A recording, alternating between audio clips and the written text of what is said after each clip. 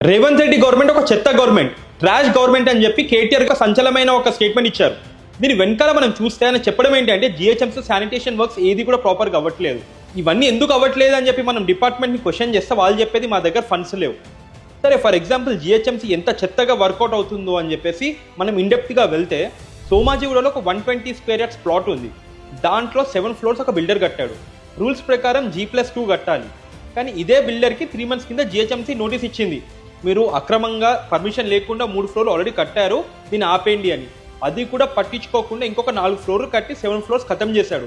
దీని వెనకాల చూస్తే జిహెచ్ఎంసీ కాన్సన్ట్రేషన్ అంతా వాళ్ళు తప్పించుకోవడానికి ఒక సేఫ్ ఎగ్జిట్గా ఒక నోటీస్ ఇచ్చారు అంతే. కానీ దీన్ని ఆపడంలో వాళ్ళకి ఎట్లాంటి బాధ్యత లేదు. అది జిహెచ్ఎంసీ అధికారులైనా, కార్పొరేటర్ అయినా, ఎమ్మెల్యే అయినా వీళ్ళ పని మాత్రం ఇలానే ఉంది. వాళ్ళు మాత్రం వాళ్ళ ఎస్కేప్ రూట్స్కి ఒక సేఫ్గా ఒక నోటీసో ఏదో ఒకటి ఇచ్చేసుకుంటారు అండ్ ఇల్లీగల్గా మనీ తీసుకొని పర్మిషన్లు ఇస్తూ ఉంటారు. కానీ ఆపే ఉద్దేశం ఎవరికి కూడా లేదు. ఇలాంటి నేతలు, ఇలాంటి అధికారులు ఉన్నప్పుడు దీన్ని ఒక చెత్త గవర్నమెంట్ అనకపోతే ఇంకేమనాలి?